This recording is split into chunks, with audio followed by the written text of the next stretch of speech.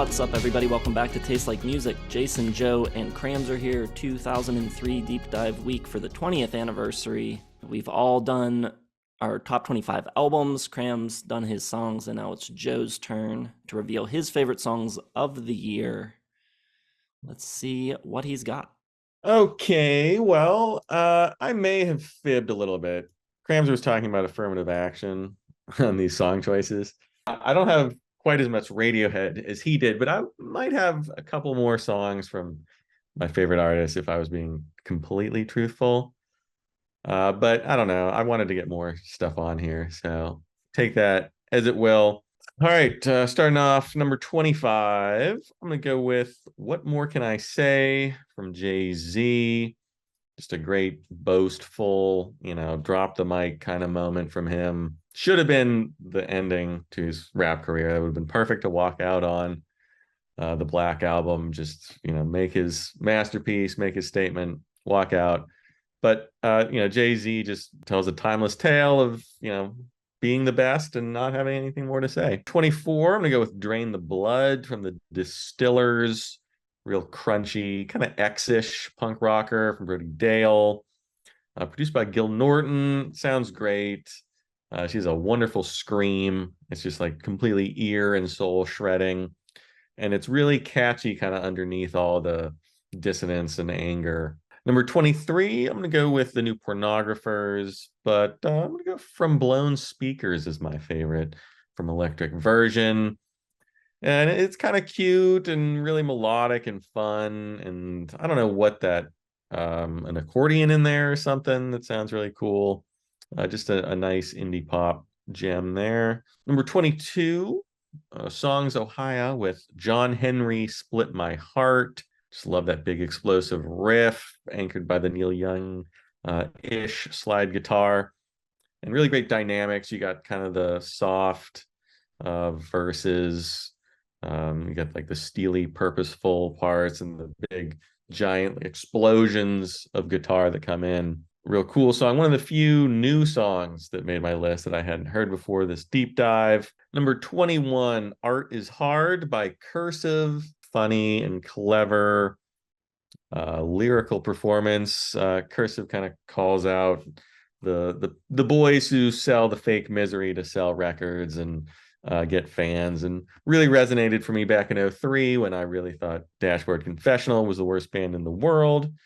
But the lyrics could really apply to any era, just smart and sardonic and wry. You got to fake the pain so you get famous. Number 20, these guys are kind of faking the pain a little bit. Linkin Park with "Breaking the Habit." Really like the synth work. It's kind of spooky and just a good performance by them. It's kind of, it's probably my favorite Linkin Park song, I'd say. And just an interesting composition. Not so much screaming and rapping on that one. 19, "Sick Transit Gloria," Brand New. Love that bass line. The dun, dun, dun, dun, dun, dun, dun, dun, dun, dun, dun, dun, dun, dun, dun, dun. Pretty clever lyrics, I'd say, kind of twisting and putting on its head the whole boy-girl dynamic, where he's the shy boy and she's the aggressive girl. And I think it just works well together. I hated Brand New back in the day, but they definitely grew on me. And just the dynamic of the singing and the screaming and the back and forth, it just all works for me now. Number 18, "Religion" from Ringo Sheena, or Sheena Ringo. I'm not really sure which one it is. Spotify says one, Wikipedia says the other. I guess Ringo Sheena is the correct one.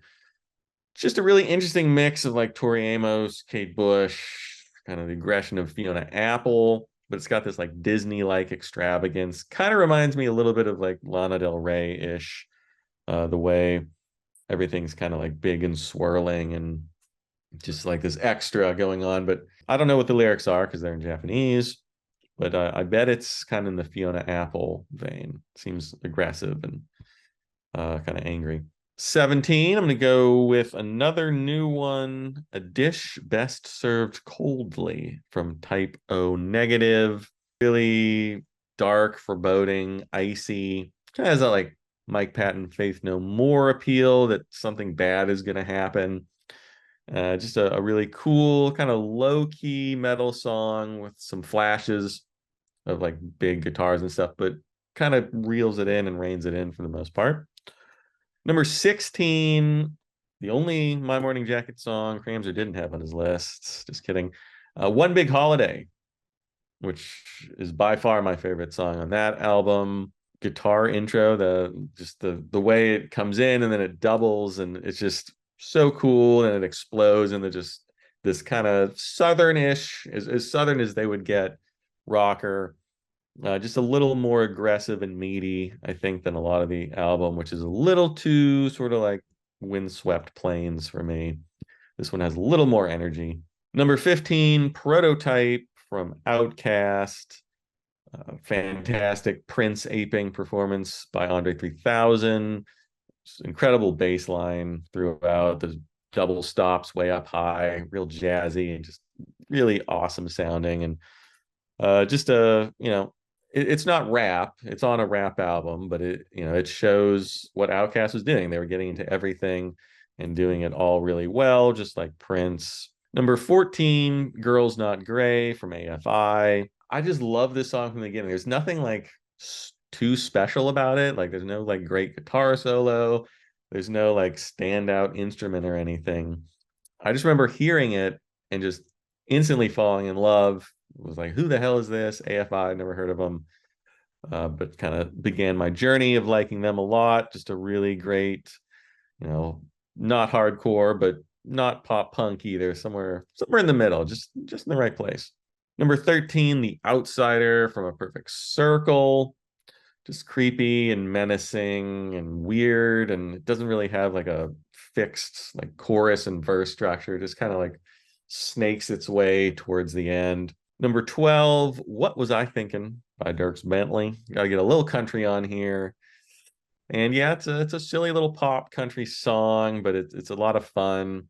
Love the banjo, great bass line, cool guitar solo. It's got everything.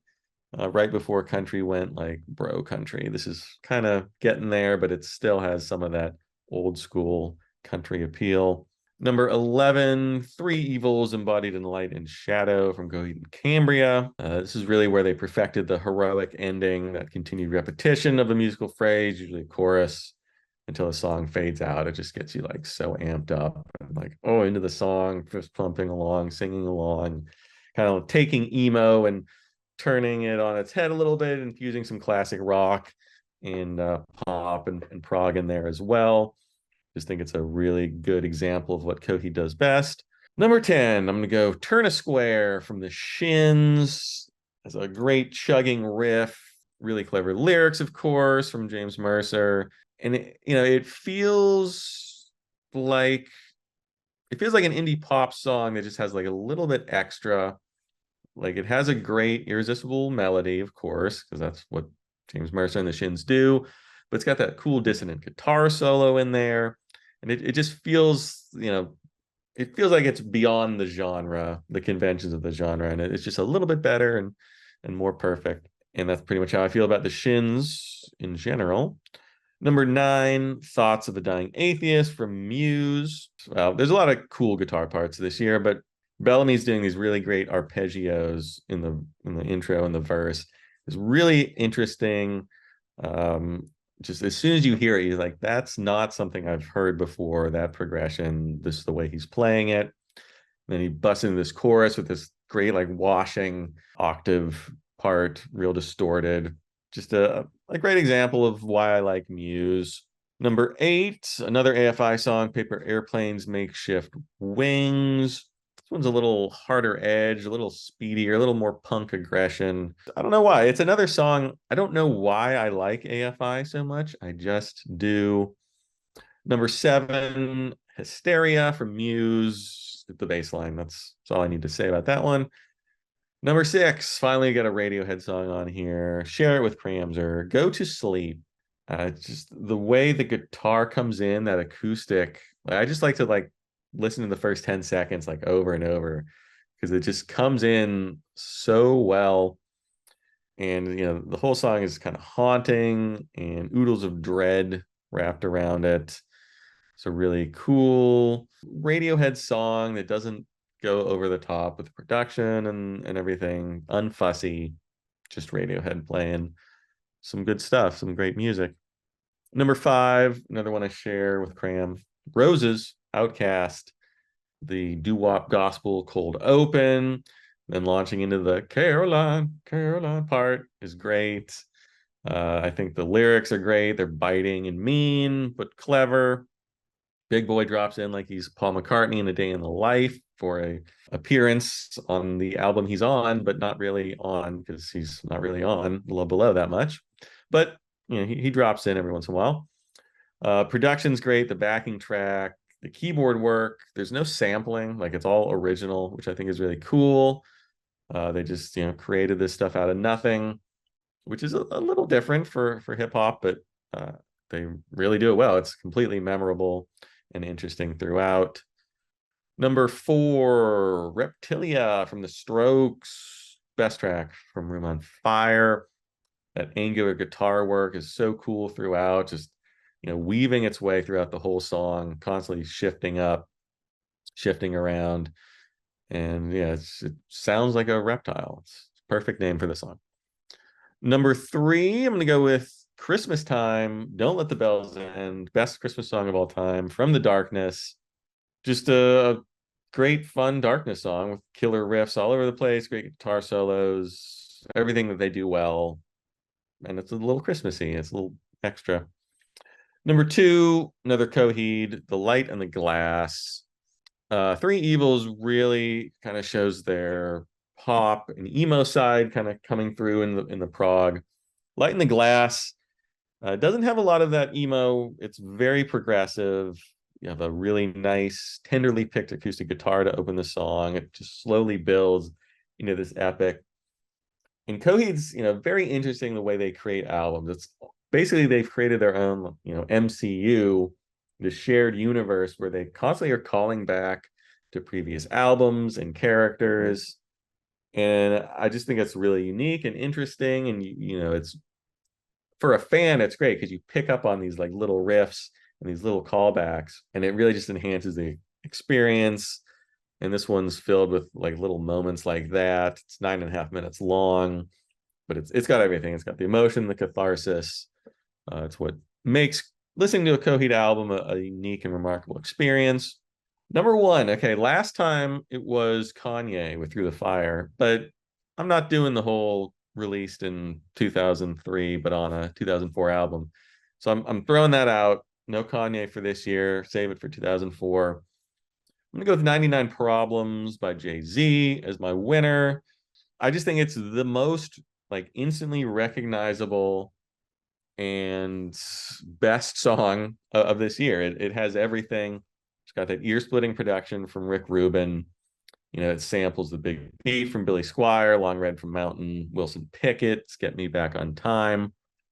I think the lyrics are all really clever. Lyrically, rhythmically, it's fantastic. Some of Jay-Z's best rapping. You've got the natural charisma and the vanity coming through.